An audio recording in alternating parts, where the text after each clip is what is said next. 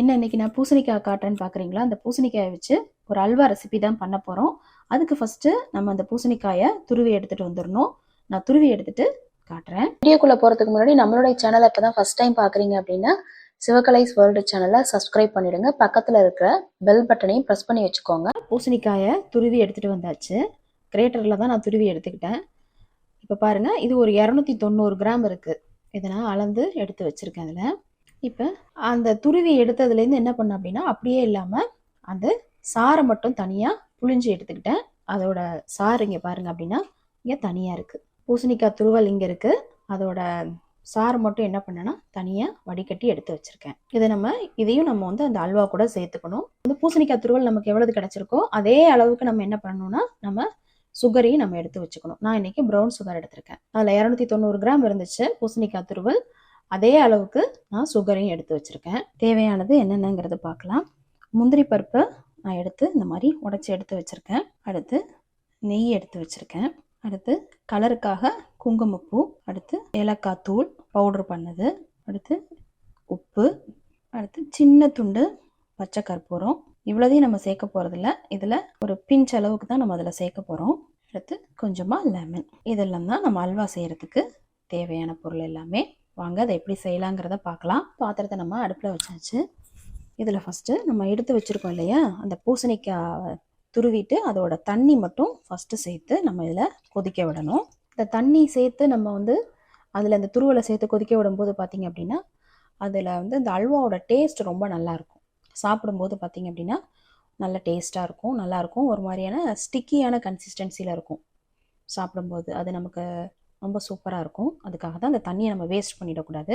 தண்ணியை சேர்த்து நம்ம கொதிக்க விடணும். தண்ணி நல்லா கொதிக்க ஆரம்பிச்சிருச்சு. இப்போ நம்ம அதில் பூசணிக்காயை சேர்த்துக்கலாம். நம்ம எடுத்து வச்சுருக்கிற பூசணிக்காயை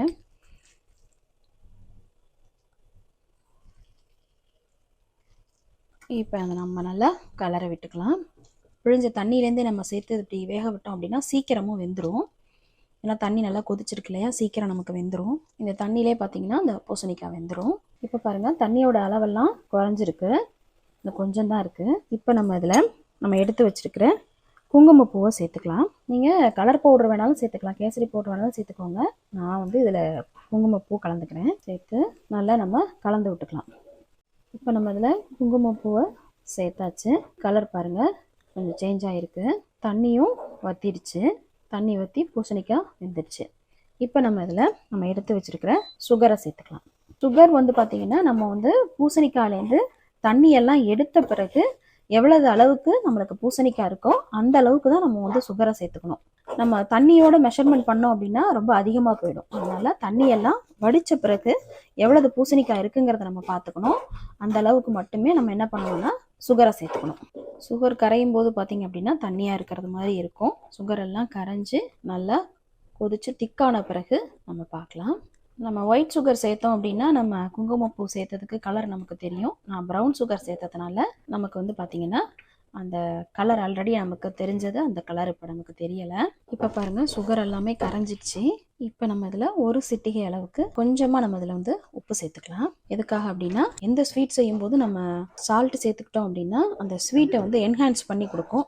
இப்போ நம்ம இதில் நம்ம எடுத்து வச்சுருக்கிற நெய் அதில் சேர்த்துக்கலாம். நான் அதில் ஒரு 2 டேபிள் ஸ்பூன் அளவுக்கு நெய்யை சேர்த்துருக்கிறேன். சேர்த்து நம்ம நல்லா கலந்துக்கலாம். இப்போ நம்ம அதில் நம்ம எடுத்து வச்சுருக்கிற ஏலக்காய் தூளை கொஞ்சமாக சேர்த்துக்கலாம். ஏலக்காயோட ஸ்மெல்லு பிடிக்காது அப்படின்றவங்க நீங்கள் அதை வேணால் ஸ்கிப் பண்ணிடலாம். நான் அதில் கொஞ்சமாக ஏலக்காய் பவுட்ரு சேர்த்துக்கிறேன். ஏலக்காய் பவுட்ரு சேர்த்து எல்லாத்தையும் நல்லா கலந்து விட்டுக்கலாம். இப்போ நம்ம அதில் நம்ம எடுத்து வச்சுருக்கிற லெமனில் கொஞ்சமாக ஒரு 3-4 ட்ராப்ஸ் அளவுக்கு மட்டும் நம்ம வந்து இதில் லெமனை சேர்த்துக்கலாம். எதுக்காக நம்ம லெமன் சேர்த்துக்கிறோம் அப்படின்னா சுகர் சேர்த்துருக்கிறதுனால அதில் கேரமலைஸ் ஆகாமல் இருக்கிறதுக்காக நம்ம அதில் வந்து லெமன் சேர்த்துக்கிறோம்.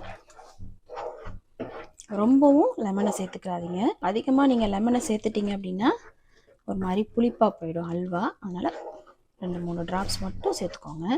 சேர்த்து நம்ம நல்லா கலந்து விட்டுக்கலாம். இப்போ பாருங்கள் இந்த நெய் எல்லாத்தையுமே அப்சர்வ் பண்ணிடுச்சு.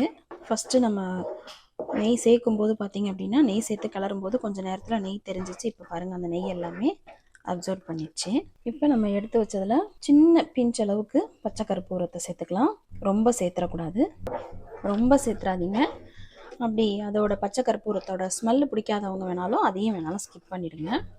சேர்த்தோம் அப்படின்னா நல்லா வாசனையாக நல்லாயிருக்கும். நம்ம வறுத்து வச்சுருக்கிற முந்திரியை நம்ம இது கூட சேர்த்து முந்திரி பருப்பை சேர்த்து அல்வா கூட நல்லா கலந்து விட்டுக்கலாம். இப்போ பாருங்கள், பாத்திரத்தில் ஒட்டாமல் அல்வா ரெடி ஆயிடுச்சு. இதுதான் பதம். இந்த அல்வாவுக்கு பார்த்திங்கன்னா ரொம்பவும் நெய் தேவைப்படாது. பாருங்கள், நம்ம எவ்வளோ போட்டோம் ஆனால் எவ்வளோ நமக்கு கிடச்சிருக்கு பாருங்கள் அல்வா. ஃபஸ்ட்டு நம்ம பூசணிக்காய் சேர்க்கும் போது பார்த்திங்க அப்படின்னா நிறையா இருக்கும்போது இருக்கும். அதை துருவி அதுலேருந்து தண்ணியெல்லாம் வடிகட்டிட்டு நம்ம எடுக்கும்போது பார்த்திங்க அப்படின்னா அதை விட பார்த்திங்க அப்படின்னா நமக்கு அல்வா வந்து கம்மியாக தான் கிடைக்கும். அவ்வளோதான், சூப்பரான நம்மளுடைய அல்வா ரெடி ஆயிடுச்சு. பாருங்கள் எப்படி அல்வா சூப்பராக ரெடி ஆகிருக்குன்ட்டுன்னு. அப்படி எடுத்து இப்படி விட்டோம் அப்படின்னா பாருங்கள் எப்படி அல்வா விழுதுன்னு அப்படின்னு சொல்லிட்டு. அதே மாதிரி பார்த்திங்க அப்படின்னா ஒட்டாது. பாருங்கள், ஸ்பூனில் பாருங்கள் பேக் சைடு. இப்போ நம்ம வேறு ஒரு பாத்திரத்தில் நம்ம ட்ரான்ஸ்ஃபர் பண்ணிக்கலாம். நம்மளுடைய சூப்பரான பூசணிக்காய் அல்வா ரெடி ஆயிடுச்சு. எவ்வளவு சூப்பராக பார்க்கும்போதே சாப்பிட்றது மாதிரியான நம்மளுடைய அல்வா இருக்குது பாருங்கள்.